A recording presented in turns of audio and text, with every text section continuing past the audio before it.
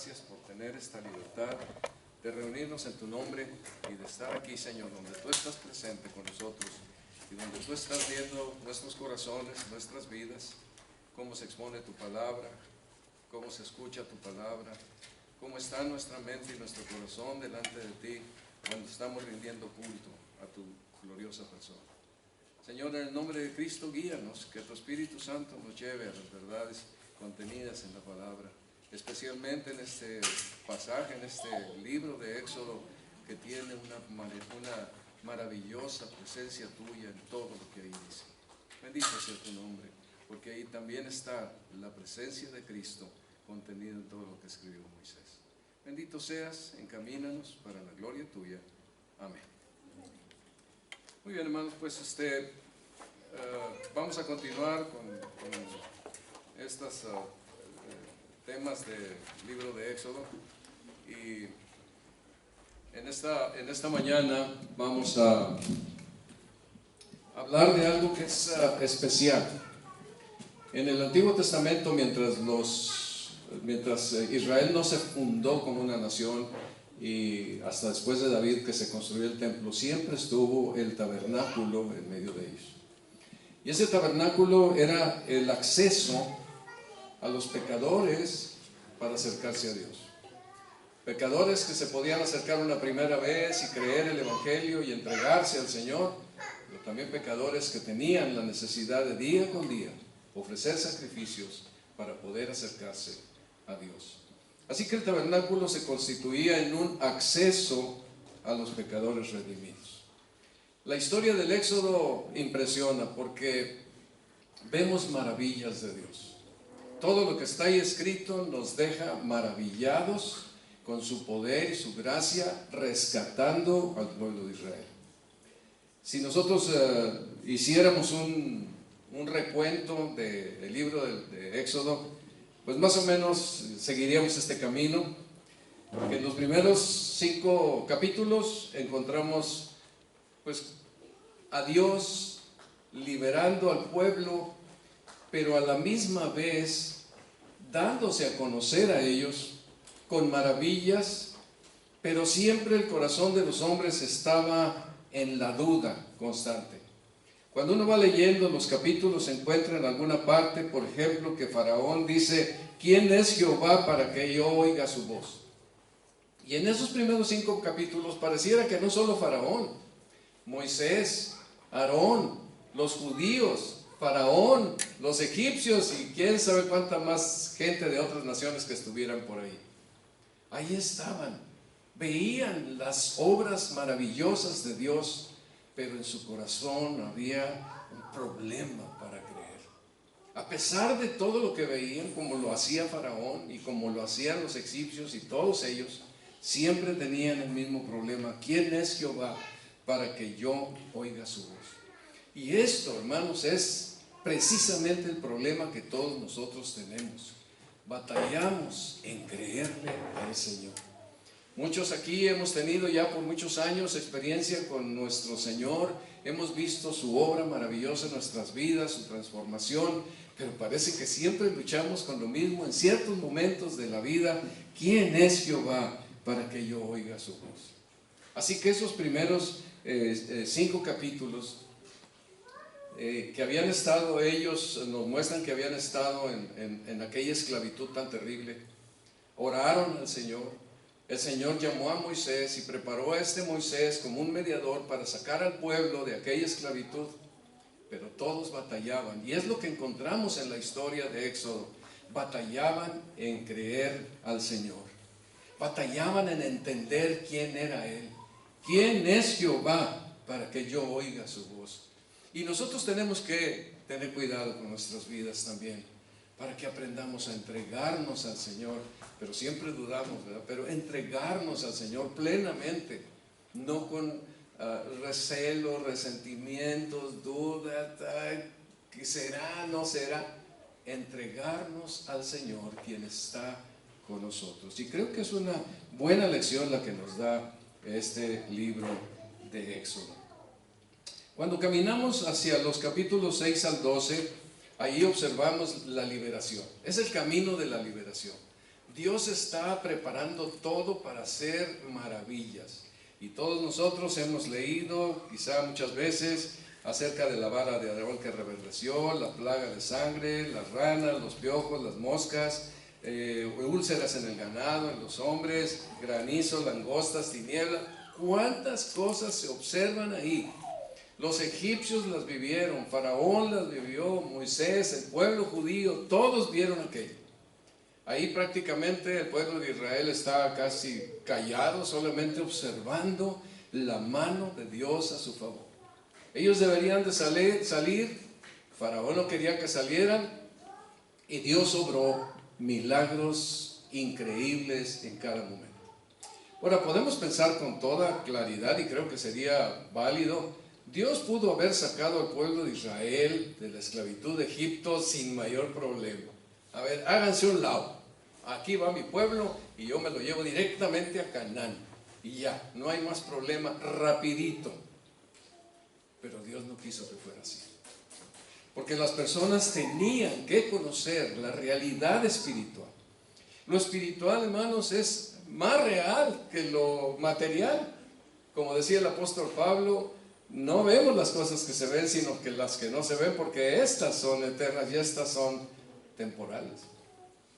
Todos nosotros tenemos que aprender a conocer, a palpar, a creer, a aceptar, a vivir en las realidades espirituales. El Señor vino a llamar a verdaderos adoradores que adoren al Señor en espíritu y en verdad, no en cosas materiales. Bien decía Juan hoy, pues no es tanto el número de personas que se congregan, sino como es más importante quién está congregado con nosotros. ¿Quién está aquí con nosotros, hermanos? Nuestro Señor, los ángeles, el Señor Jesucristo. Y no sabemos cuántas y cuántas más personas nos acompañan del mundo espiritual aquí presentes. Pero es una realidad que el mundo espiritual es al que nosotros debemos de seguir y confiar y estar ahí. La liberación era importante, vieron las maravillas y Dios tomó su tiempo para que el pueblo de Israel entendiera, conociera que Él estaba ahí y que este Dios era todopoderoso, que estaba a su favor. Cuando vamos caminando hacia los capítulos 12 al 20, encontramos ahí la paciencia de Dios especialmente. Llama la atención cómo cuando el pueblo judío va saliendo a la libertad, de repente el faraón se vuelve a endurecer y viene persiguiendo al pueblo judío, y están en un momento dado que está el mar rojo enfrente, los egipcios atrás, ¿y a dónde vamos? Y ahí empiezan a murmurar el pueblo judío. Ahí empezaron a hablar. Empiezan a murmurar y entonces empiezan ellos a decir, habiendo visto el poder del Señor, habiendo conocido todas aquellas grandes cosas que el Señor había hecho, y ellos empiezan a murmurar pensando que Dios no los va a salvar.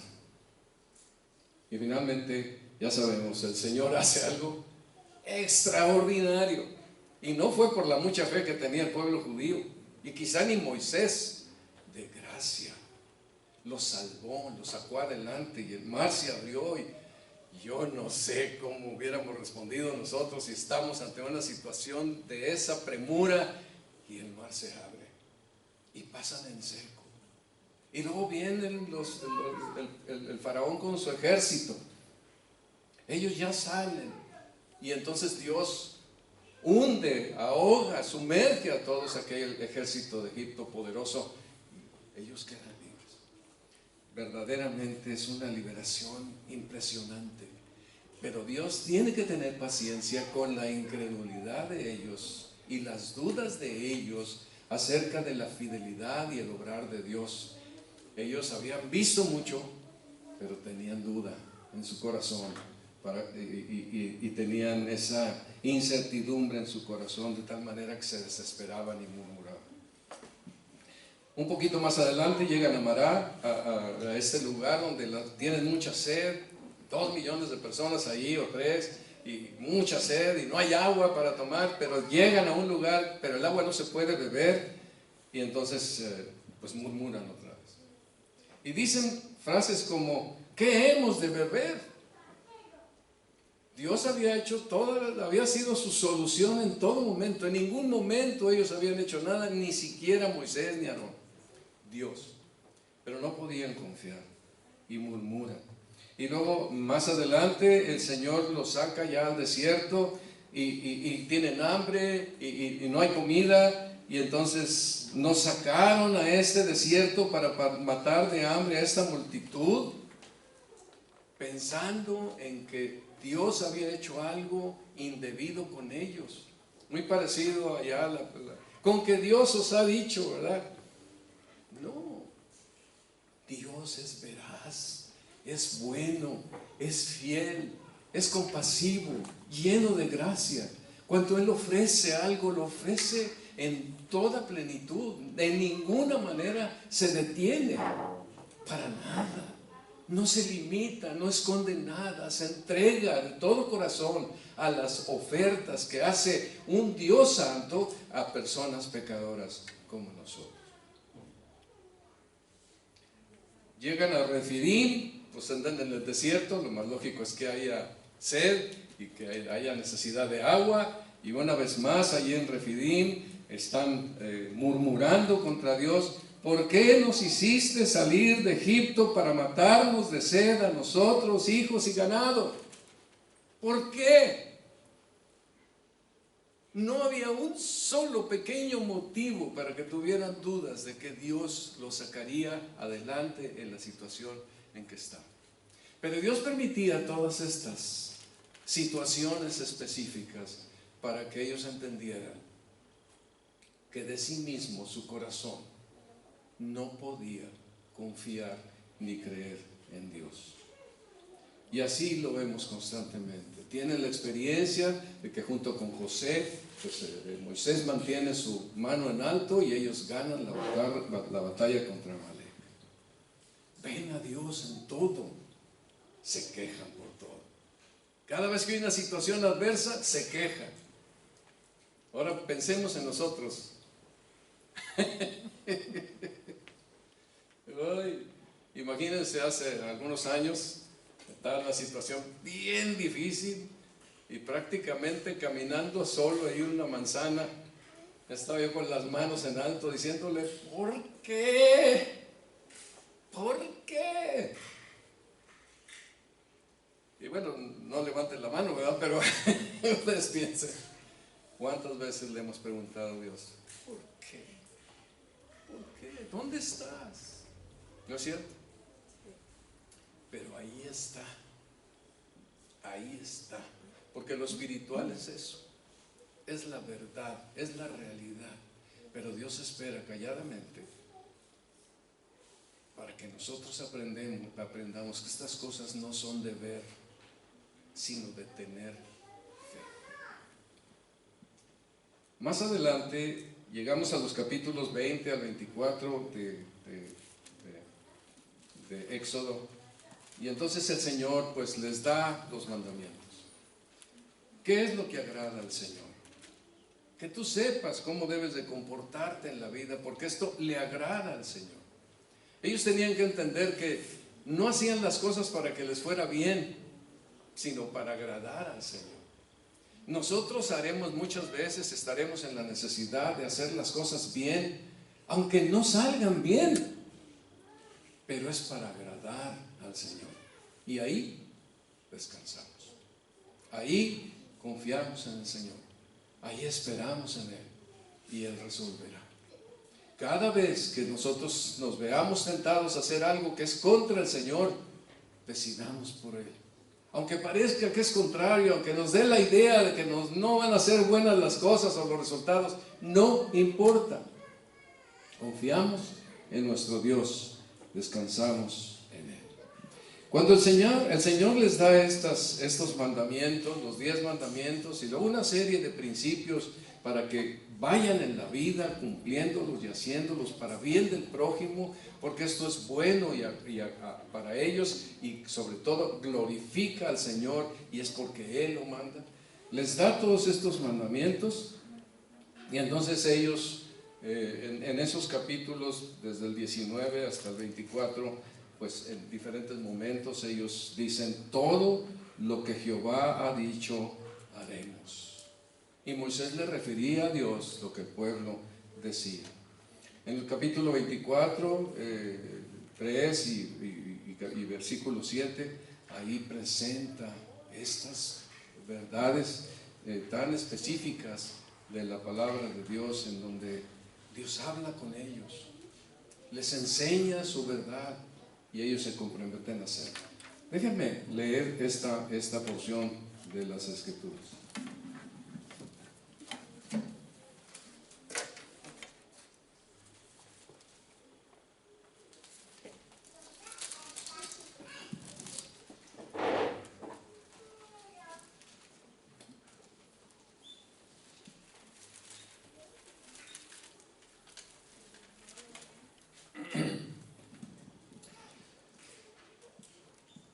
Moisés le dijo al Señor a Moisés que subiera al monte a verlo.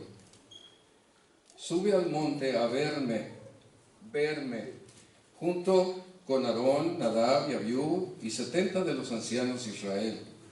Y ellos podrán arrodillarse a cierta distancia, pero solo tú, Moisés, podrás acercarte a mí.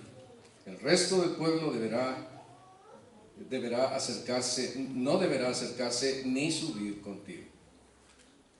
Entonces Moisés fue y refirió al pueblo todas las palabras y disposiciones del Señor.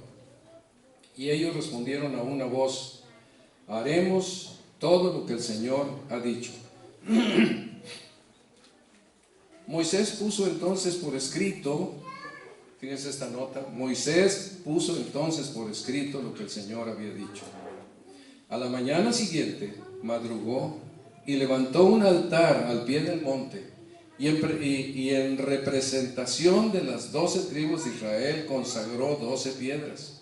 Luego envió a unos jóvenes israelitas para que ofrecieran al Señor novillos como holocaustos y sacrificios de comunión. La mitad de la sangre la echó Moisés a unos tazones y la otra mitad la roció sobre el altar. Después tomó el libro del pacto y lo leyó ante el pueblo, y ellos respondieron. ¿Y qué respondieron? Pues, haremos todo lo que el Señor ha dicho y le obedeceremos. Moisés tomó la sangre, roció al pueblo con ella y dijo, esta es la sangre del pacto que con base a estas palabras el Señor ha hecho con ustedes. Moisés y Aarón, Nadab y Abiú y los 70 ancianos de Israel subieron y vieron al Dios de Israel. Bajo sus pies había una especie de pavimento de zafiro tan claro como el cielo mismo.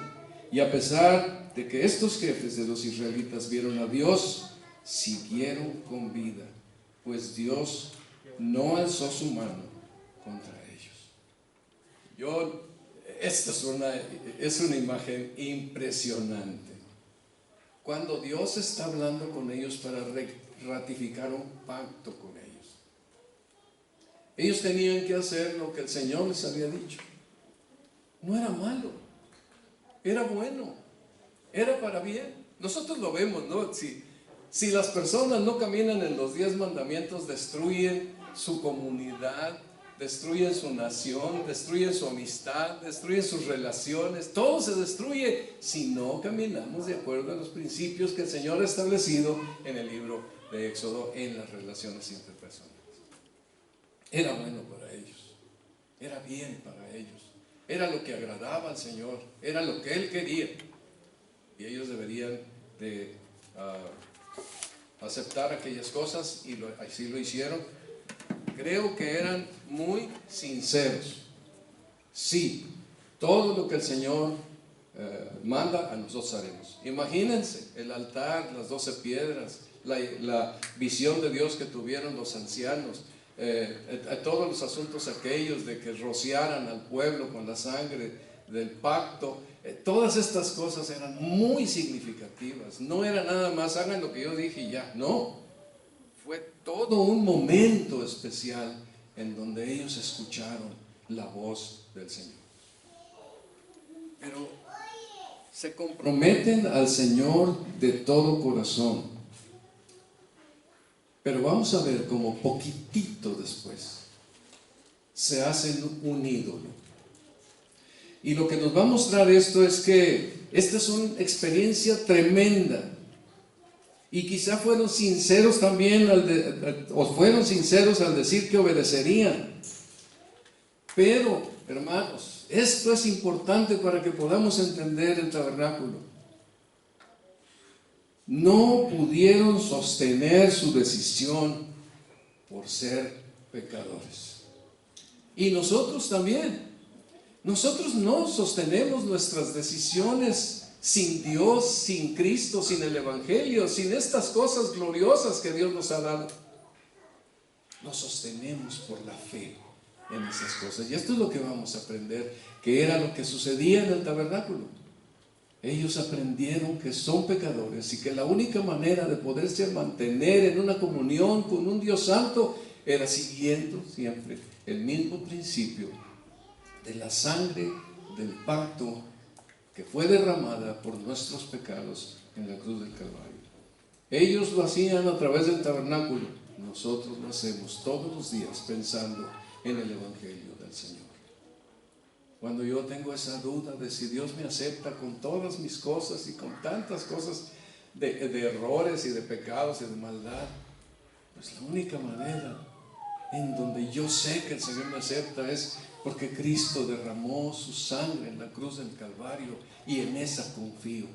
Y el Señor me lleva adelante. No hay otro camino. Es el Evangelio de nuestro Señor. Acaban de tener este momento tan extraordinario. Acaban de ver todas estas cosas. Y Dios le dice a Moisés: sube al monte para que yo te dé las tablas de la ley y además pues te voy a dar las instrucciones respecto al tabernáculo, la vestimenta, los utensilios, que ya se las había dado, pero había cosas que el Señor quería que Moisés tuviera de mayor información. Y entonces él sube al monte y ellos saben que sube al monte y va a estar ahí 40 días. Mientras Moisés está allá con el Señor, allá en los capítulos 25 al 31, está allá recibiendo toda esta información. Resulta que el pueblo, me atrevo a decir, se levanta un día y dice: oye, ya Moisés se tardó. Levántate, Aarón, haznos dioses que vayan delante de nosotros, porque este Moisés, el varón que nos sacó de la tierra de Egipto, no sabemos qué le haya acontecido. Directamente a las cosas que específicamente el Señor había marcado. No te harás dioses ajenos, ni ídolos, ni imagen, ni semejanza. Directamente. Y Aarón, que estaba ahí, que pudo haber ayudado a que pudieran entender, comprender, no dijo nada, simplemente traigan el oro de las alhajas de las mujeres y hizo el ídolo. El Señor se da cuenta. Ahora, todo esto no está pescando desprevenido a Dios. Era importante que Dios pusiera esto a prueba en el corazón de todo aquel pueblo, de aquellos líderes, de toda esta gente. Y entonces el Señor le dice a Moisés: pronto se han apartado del camino que yo les mandé, se han hecho un becerro de fundición y lo han adorado, y le han ofrecido sacrificios, y han dicho: Israel, estos son tus dioses que te sacaron de la tierra de Egipto. Déjame. Esto es tremendo, hermano. Déjame, le dice el Señor a Moisés. Me sorprende siempre la frase: déjame, como si Moisés lo estuviera detenido. Déjame que se encienda mi ira en ellos y los consuma.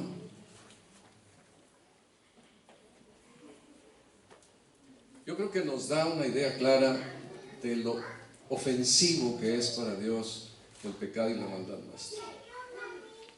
Déjame que mi ira se encienda. Y yo creo que hay muchas cosas también que en nuestras vidas pueden encender la ira de Dios por muchas maneras en que pensamos, sentimos o consideramos las cosas cuando debieran de ser algo que esté en el camino del Señor. Pero Dios, en su misericordia, nos sostiene y nos guarda. La misericordia sobre la sangre de Cristo derramada en la cruz. En el Salmo 106, de los versículos 19 al 23, dice lo siguiente. Voy a leerle la Nueva Traducción Viviente. Los israelitas hicieron un becerro en el monte Sinaí. Se inclinaron ante una imagen hecha de oro. Cambiaron a su glorioso Dios por la estatua de un toro que come hierba. Se olvidaron de Dios su Salvador, quien había realizado tantas grandezas en Egipto, obras tan maravillosas en la tierra de Cam, hechos tan asombrosos en el mar Rojo. Por lo tanto, Él declaró que los destruiría.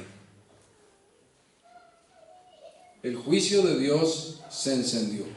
En el versículo 9 también de ese capítulo 32 dice: dijo más Jehová a Moisés: yo he visto este pueblo, que por cierto es pueblo de dura cerviz. Ahora pues déjame que se encienda mi ira en ellos y los consuma, y de ti yo haré una nación grande. Ahora, aquí tenemos que ver que el Dios misericordioso está actuando en un mediador que es Moisés. No es que Moisés sea más bueno que Dios para interceder a favor de Israel. Es que Dios lo usa como un intercesor para interceder ante él a favor de Israel, sabiendo que está llamando la atención al ser de Dios.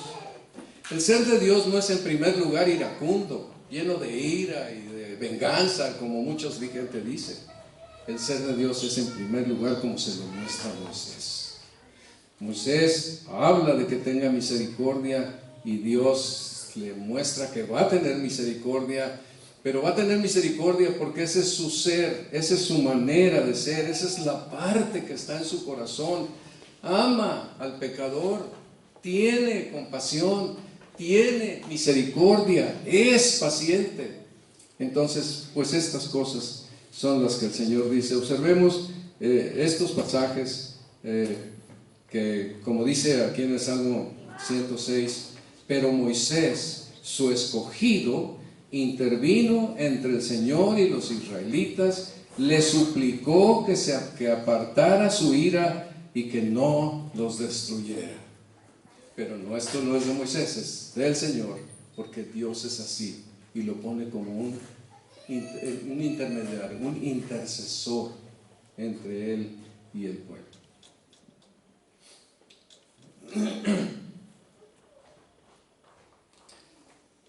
En primer lugar, el Señor les pide que se arrepientan a través de Moisés.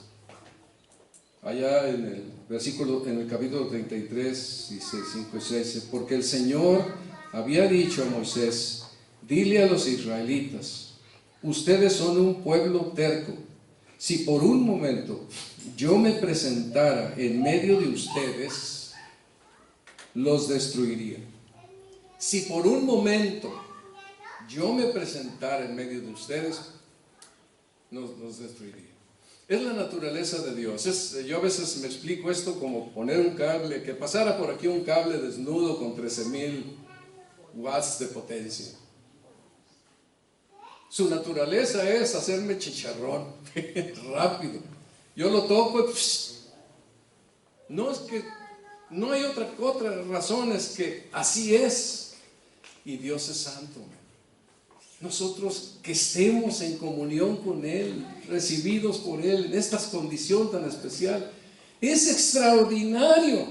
Y es porque Dios es, como lo va a describir a Moisés en un momento más, es bueno, nos ama, tiene compasión, y lo vamos a ver. Entonces el Señor les dice: ahora pues, quítense sus joyas para que yo sepa qué he de hacer con ustedes.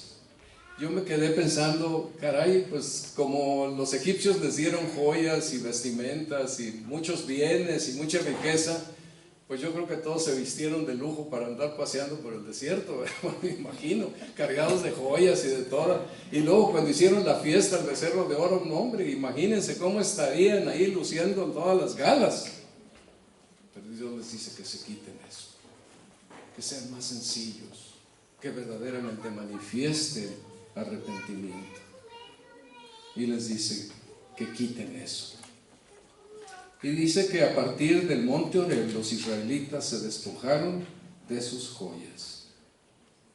Ellos respondieron ahí a arrepentirse de aquella situación, porque veían lo que había estado pasando. Hay otra cosa que Dios hace ahí, y es el tabernáculo. Es como una especie de tabernáculo provisional que aparece ahí en el capítulo 33, en donde Moisés levanta una tienda aparte a cierta distancia del campamento general de todo el pueblo judío, y ahí hay comunión de Dios con el mediador que es Moisés, para dar instrucciones al pueblo y tener relación. Dios llegaba, se manifestaba ahí en la nube, y Dios llegaba y Moisés iba y hablaba con él, y luego salía, es cuando se pone el velo, porque el rostro de él iluminaba. Entonces salía y tenía comunicación de Dios con el pueblo a través de él, en medio de ese tabernáculo provisional. Anticipaba el que vendría, el que al final de Éxodo ya queda establecido, pero anticipaba que vendría. Otra de las cosas es, creo que es lo más grande en estos pasajes, es cuando Dios le dice a Moisés: yo haré pasar, fíjense esto, hermanos, piensen en este Dios bueno, yo haré pasar toda mi bondad delante de ti, y proclamaré el nombre del Señor delante de ti. Tendré misericordia del que tendré misericordia, y tendré compasión de quien tendré compasión. Y añadió: no puedes ver mi rostro, porque nadie me puede ver y vivir. Su santidad, su presencia, ese poder para destruir la maldad, Dios estaba actuando voluntariamente con bondad, con misericordia, para que las personas pudieran disfrutar de Él en medio de aquella situación. Arrepentimiento, comunión a través de Cristo, el tabernáculo, y la bondad del Señor recibiéndonos en Cristo para ayudarnos y estar con nosotros. Eso que ellos podían experimentar, pues nosotros lo experimentamos en una manera eficiente por causa de nuestro Señor Jesucristo.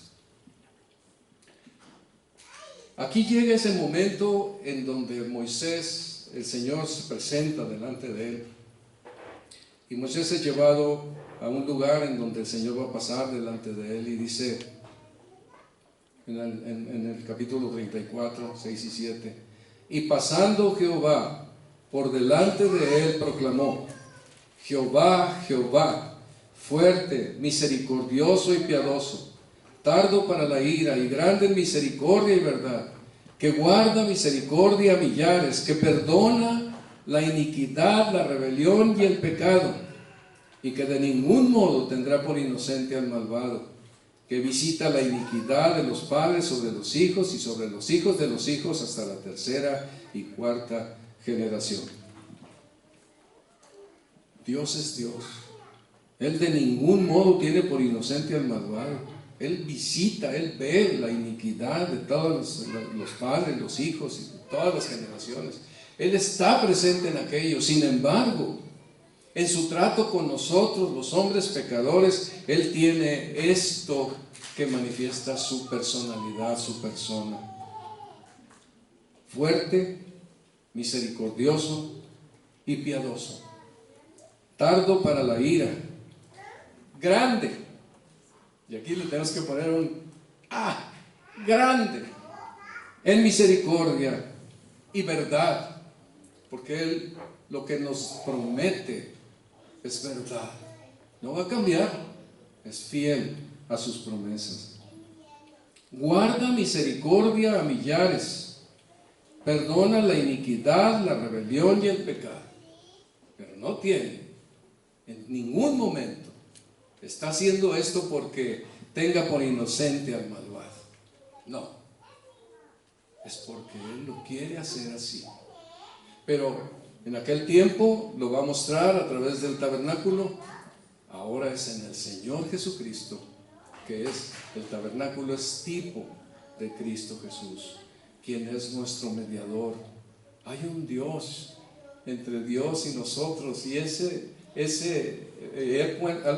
puesto un mediador que es Jesucristo, nuestro mediador entre Dios y nosotros. Fíjense ustedes cómo Dios, después de la maldad del becerro de oro, donde trajo mucha tristeza, dolor, lágrimas, muerte, Dios se presenta misericordioso con el pueblo judío, porque así Él es Él. Moisés se atreve a orar a Dios, y a mí me llama la atención esta oración. Miren cómo dice Moisés. Entonces Moisés, apresurándose, después de que ve la presencia de este Dios misericordioso, Moisés, apresurándose, bajó la cabeza hacia el suelo y adoró. Y dijo: si ahora, Señor, he hallado gracia en tus ojos, vaya ahora el Señor en medio de nosotros, porque el Señor le había dicho: no voy a ir con ustedes. Y no, eso no nos pase, ¿verdad? Decía Moisés. Pero ahora sí dice, le pide al Señor, cuando lo ve misericordioso, piadoso, grande en misericordia y verdad, que guarda misericordia y verdad, entonces le pide estas cosas. Vaya ahora el Señor en medio de nosotros, porque es un pueblo de dura cerviz, y perdona no la iniquidad del pueblo, sino nuestra iniquidad y nuestro pecado. Hasta ahí, pues a mí me parece una oración muy razonable, confiando en la misericordia de Dios. Pero se vuela la barda Moisés cuando agrega lo último ahí: y tómanos por tu heredad. Una heredad era algo valioso, la gente la conservaba, era una cosa de familia, era algo muy estrecho con cada quien en aquellos tiempos y en aquellos momentos. Y le pide: tómanos como tu heredad. O sea, cuídanos, encamínanos, guárdanos, que seamos valiosos para ti, aunque no valemos nada. Y Dios hace aquello, y lo ha hecho con el pueblo de Israel así. El Señor hace un pacto ahí con Moisés en Éxodo 34:10, y él contestó: he aquí, yo hago un pacto delante de todo tu pueblo. Después de que habían hecho lo que habían hecho, dice: haré maravillas que no han sido hechas en toda la tierra, ni en nación alguna, y verá todo el pueblo en medio del cual estás tú la obra de Jehová, porque será cosa tremenda la que yo haré contigo. Creo que la más grande es que el Señor, o la más importante, o la principal, o la única, es que a través de toda esa historia, el Redentor llegaría. Dios se haría carne, vendría a morir en la cruz por nuestros pecados, resucitaría el tercer día y mandaría que se predicara el Evangelio por todo el mundo, para que nosotros pudiéramos conocer aquello y disfrutar de la verdad del Evangelio de Dios.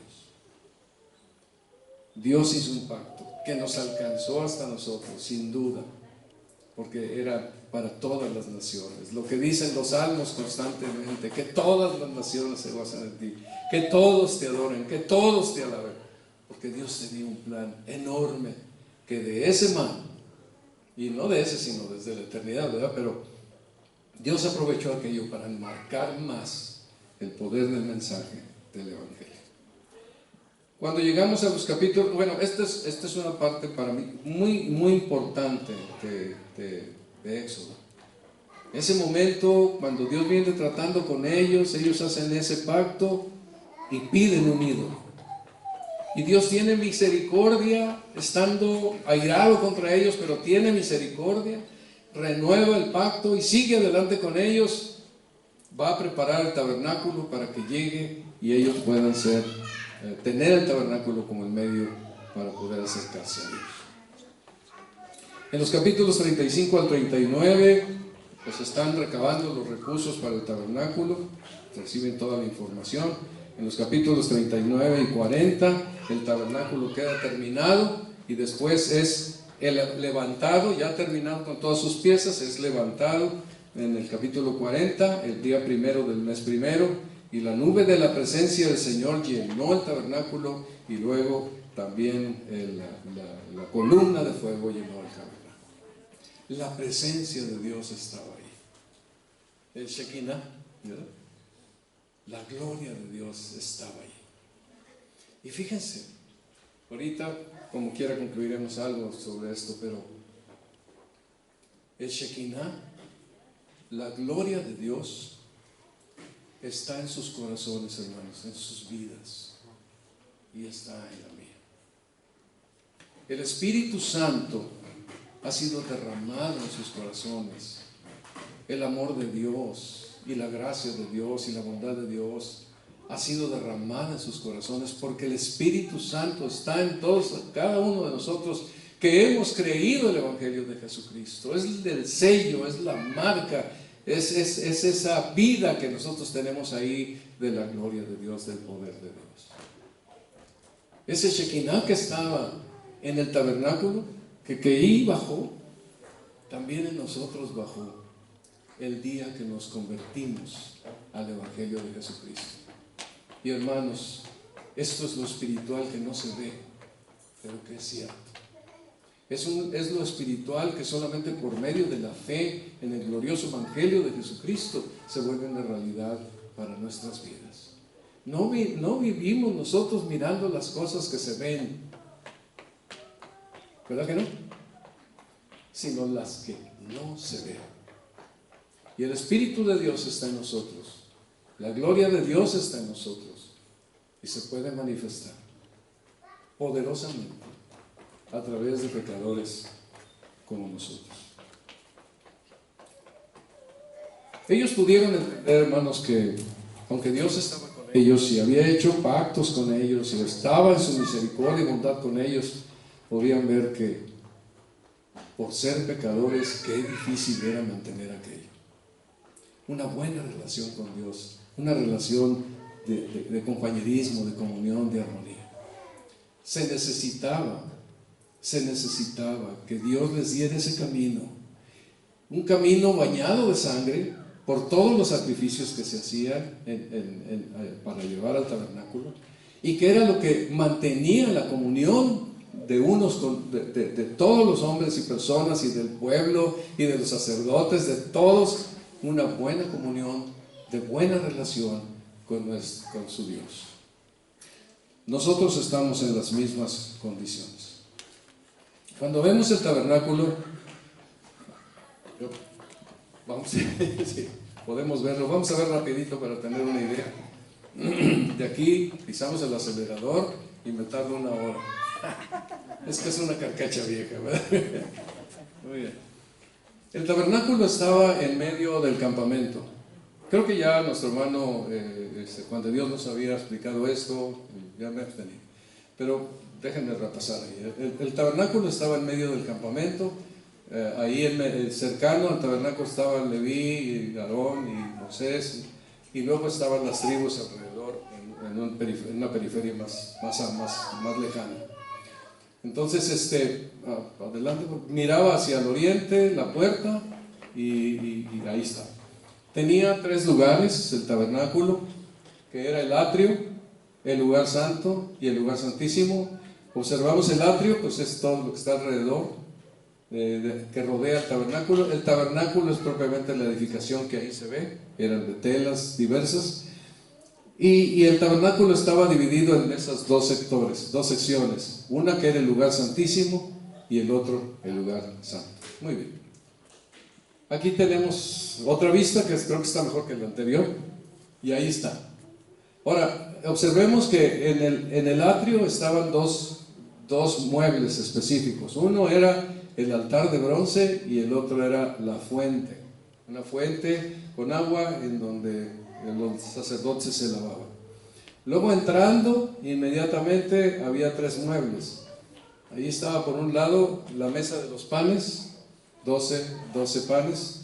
Luego estaba el candelabro del lado izquierdo, y luego enfrente de la cortina, antes de entrar al lugar santo, estaba el altar de incienso.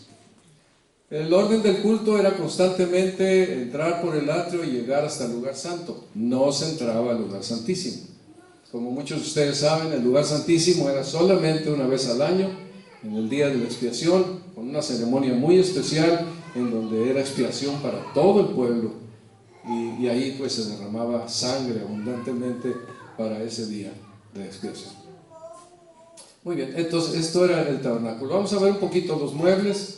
Ahí se ve el altar de bronce y el lavacro antes de entrar al tabernáculo, que pues es como una tienda de campaña grande. Luego vemos los muebles otra vez. Ahí está otra vez el altar de bronce y el lavacro, donde los sacerdotes se lavaban. Y luego tenemos, ahí está el altar del incienso, la mesa de los panes y el candelabro de 7 brazos, que era la luz que había ahí en el interior del tabernáculo. Y esto es el arca del pacto que estaba en el lugar santísimo, en donde nadie podía entrar más que en el día de la expiación, y el sumo sacerdote, y tenía que entrar no sin sangre, tenía que entrar con sangre y derramarla. En lo que se ve donde están los ángeles era una tapa que se llamaba el propiciatorio, la tapa de propiciación. Ahí derramaban la sangre que traían el día de la expiación en favor de todo el pueblo. Muy bien. Bueno, regresamos a la 3, por favor. Bueno, vamos a dejarla ahí tantito. ¿Qué tenía que hacer un judío en aquellos años? Todos pecaban. Y pues imagínense, ¿verdad? A lo mejor en un momento dado alguien veía indebidamente a otra persona, o codiciaba alguna cosa que no debía codiciar, o se enojaba con alguien, o cometía alguno de los muchos pecados, de los muchos hierros. ¿Qué tenía que hacer? El mandato decía: si alguna persona del pueblo pecare por hierro, haciendo algo contra alguno de los mandamientos de Jehová, en cosas que no se han de hacer, y delinquiere, luego que conociere su pecado que cometió, traerá por su ofrenda una cabra sin defecto, por su pecado que cometió, y pondrá su mano sobre la cabeza de la ofrenda de la expiación, y la degollará en el lugar del holocausto. Luego, con su dedo, el sacerdote tomará de la sangre y la pondrá sobre los cuernos del altar del holocausto, y derramará el resto de la sangre al pie del altar. Entonces, lo que hacían, imagínense, yo no sé si alguna persona, a lo mejor, me imagínense, ahí voy yo, ¿verdad? Porque hice algún pecado por ahí.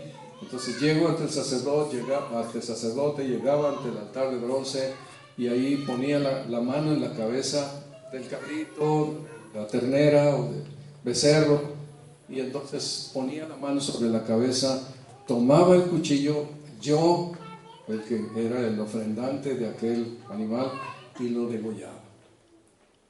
Pues ya saben, cuando se corta esta parte, pues la sangre sale a borbotones, es abundante, rápido. El sacerdote tomaba una vasija y ahí se derramaba la sangre. Esto era constantemente. A las 6 de la mañana, ahí en el pueblo, había un sacrificio. A las 6 de la tarde había un sacrificio. Cada mes, constantemente, todos los días, cada mes, cuando había fiestas, era cantidad enorme de sacrificios. Era un lugar en donde la sangre corría. Y fíjense ustedes que si alguien quería adorar a Dios, tenía que llevar un animal domesticado, así un cabrito, un carnero, una oveja, y hacer lo mismo. Yo vengo a adorarte, Señor. Ponían la mano sobre la cabeza y la degollaban. Ahora yo vengo a ofrecerte un sacrificio de paz y tener comunión contigo. Y entonces ponían la mano sobre el sacrificio y la degollaban. Luego la cocinaban y podían comer allí los sacerdotes, y creo que también ellos, el mismo ofrendante podía comer de aquel sacrificio. Si ellos traían un sacrificio por el pecado, si el sacerdote había cometido un pecado, hacía lo mismo, llegaba y sacrificaba. Y si una persona había cometido un pecado, como les leí ahorita, llegaba y degollaba a la ofrenda, aquel animalito inocente, y derramaban su sangre. Yo no sé cuánto habría de sangre en aquel lugar. Sin duda tendrían algún sistema para limpiar, para organizar aquellas cosas. Pero lo que sí era claro, que escuchen esto, hermanos, cualquier acercamiento con Dios era con sangre de una víctima inocente, con sangre de una víctima inocente. Y todo esto estaba mirando hacia el momento en que Cristo Jesús viniera y que Él fuera el que derramara su sangre una sola vez y para siempre. Esto es impresionante, hermanos. Cuando ellos hacían esto, el sacerdote degollaba y el hombre que había pecado entregaba ahí su animalito y él se quedaba ahí a la puerta. No entraba. Entonces el sacerdote entraba más adelante a la fuente, en el lavacro, y ahí se lavaba. Me imagino que pues aquello ha de haber salpicado, yo no sé, pero se lavaba ahí. Y luego entraba a la zona de comunión, al lugar santo, a comer al pan, a la luz, al incienso, el lugar santo en donde podían estar. El ofrendante no podía ir ahí, pero el sacerdote sí podía ir ahí. Y creo yo entiendo así, que el ofrendante iba en el sacerdote a aquel lugar porque a él no le era permitido pasar. Cuando había el día de la expiación, entonces una vez un sumo sacerdote llegaba hasta el lugar santo y ahí entraba con la sangre que llevaba en una vasija y la derramaba en la tapa que era la cubierta de la propiciación, del propiciatorio. Todo esto era sangre, sangre inocente, no del pecador, no del malvado, del inocente. Cuando nosotros observamos lo que la palabra de Dios nos dice, bueno, déjenme nomás acercar esto también. Todos estos sacrificios evitaban que la ira de Dios se encendiera contra el pecador o contra el pueblo. Si no los hacían, la ira de Dios vendría contra el pecador, contra el pueblo. Era importante, vital, necesario. Ese era la propiciación, esos sacrificios. Era el sacrificio que apaciguaba la ira de la justicia divina sobre el pueblo, sobre las personas. Cuando nosotros llegamos al Nuevo Testamento encontramos la obra del Señor Jesucristo. Y dice, el Señor Jesús fue el Cordero de Dios que se presentó ante el altar de bronce, pero no el terrenal, sino el celestial. Él se entregó a la muerte y entonces Él muere en nuestro favor. Déjenme leerles esta porción. Pero estando ya presente Cristo, sumo sacerdote de los bienes venideros, por el más amplio y más perfecto tabernáculo, no hecho de manos, es decir, no de esta creación, no ese tabernáculo del Antiguo Testamento, sino el más perfecto, no hecho de manos, no de esta creación, y no por sangre de machos cabríos, ni de becerros, sino por su propia sangre. entró una vez para siempre en el lugar santísimo, habiendo obtenido eterna redención. Porque si la sangre de los toros y de los machos cabríos y las cenizas de la becerra rociadas a los inmundos santifican para la purificación de la carne, cuánto más la sangre de Cristo, el cual mediante el Espíritu eterno se ofreció a sí mismo sin mancha a Dios, limpiará vuestras conciencias de obras muertas para que sirváis al Dios vivo. Así que por esto es mediador de un nuevo pacto, para que interviniendo la muerte para la remisión de las transgresiones que había bajo el primer pacto, los llamados reciban la promesa de la herencia eterna. Porque no entró Cristo en el santuario hecho de mano, figura del verdadero, sino en el cielo mismo, para presentarse ahora por nosotros ante Dios, y no para ofrecerse muchas veces, como entra el sumo sacerdote en el lugar santísimo cada año con sangre ajena. De otra manera le hubiera sido necesario padecer muchas veces desde el principio del mundo, pero ahora, en la consumación de los siglos, se presentó una vez para siempre por el sacrificio de sí mismo para quitar de en medio el pecado. Hermanos, aquellos pecadores hacían toda esta práctica constantemente. La imagen que quedaba del pueblo, del lugar santo y del mueble, ahí el mobiliario del altar de bronce, estaba llena de sangre. ¿Y no es cierto que impresiona la sangre? Hay un impacto que nosotros recibimos cuando vemos a alguien y la sangre que queda tirada. Porque la vida está en la sangre. Hay algo que a nosotros nos impacta. Todo esto lo hacían muchas veces durante el año. Si uno lee las fiestas, la cantidad de animales que se sacrificaban en esas fiestas para alegría o por cuestiones de cierta tristeza o para alabanza, todas eran con sangre. Nosotros podemos cantar al Señor aquí con alegría y estar gozosos y andar gozosos en la vida, pero es por la sangre de Cristo Jesús que nosotros podemos estar en paz en nuestro corazón y en nuestra alma y gozar de la reconciliación con Dios. Por la sangre del Señor Jesucristo. Tiene mucho valor, no la debemos olvidar. Su sacrificio es importante, de Él depende nuestra salvación.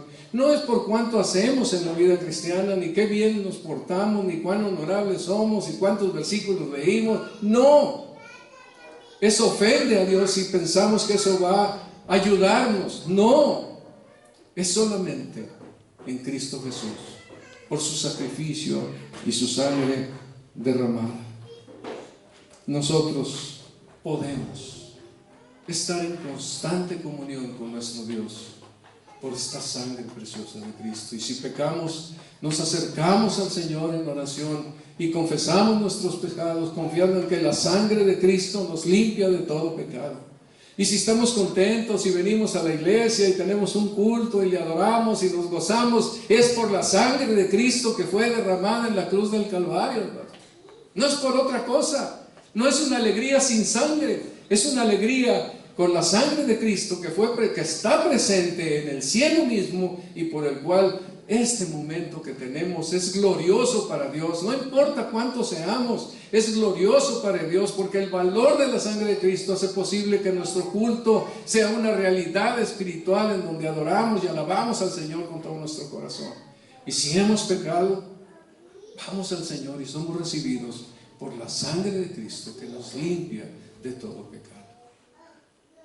Recordemos, hermanos, que nosotros debemos acercarnos constantemente a nuestro Dios, a tener comunión con Él. El que Cristo haya sido sacrificado es para que fuéramos reconciliados con Dios y para que tengamos comunión con nuestro Dios. Una comunión a través de su palabra, a través de la oración, a través de la enseñanza de la palabra, a través de la comunión en la iglesia. Todas estas cosas tienen un gran valor porque Cristo derramó su sangre y su sangre está presente en el cielo mismo. Y tienen un enorme valor, importante valor de adoración. Para Dios era importante aquella adoración del tabernáculo por lo que tipificaba. Pero ahora es muy importante en la iglesia la adoración de los creyentes por la realidad espiritual que esto es. No es una simulación, es adoración delante de la presencia de Dios, en la sencillez de nuestro Dios. Pero es real, es lo espiritual que permanece para siempre. Siempre recordamos Hebreos, ¿se acuerdan de esta parte? Por tanto, teniendo un gran sumo sacerdote que traspasó los cielos, Jesús el Hijo de Dios, retengamos nuestra profesión, porque no tenemos un sumo sacerdote que no pueda compadecerse de nuestras debilidades, sino uno que fue tentado en todo según nuestra semejanza, pero sin pecado. Acerquémonos pues confiadamente al trono de la gracia para alcanzar misericordia y hallar gracia para el oportuno socorro. Hermanos, yo necesito esto constantemente. Cada uno de nosotros necesitamos esta gracia y esta misericordia para el oportuno socorro constantemente. No debemos olvidar que Él es nuestro sumo sacerdote, que se compadece de nuestras debilidades. Un sumo sacerdote según nuestra semejanza, pero sin pecado, que traspasó los cielos, que presentó su sangre preciosa, y por eso podemos disfrutar de esta comunión espiritual, real, preciosa, que nos edifica, nos enriquece con nuestro Dios, en comunión unos con otros, con nuestros hermanos, en donde están presentes los ángeles, el Padre Celestial, el Señor Jesucristo y todos nosotros, y quizá muchos más que estén adorando también al Señor en este momento en su presencia. Es una bendición que este tabernáculo fuera el camino para que pecadores se acercaran, y es una grande riqueza saber que este tabernáculo es Cristo, porque como dijo el Señor a los judíos: si creyerais a Moisés, me creeríais a mí, porque de mí escribió él. Es una realidad preciosa, espiritual, efectiva, no simulación, algo específico, glorioso. Y bueno, creo que nos quiere recordar que esto es así, para que invitemos a otros a que vengan a disfrutar de esta salvación también. Muchas gracias, hermanos. Que el Señor les bendiga.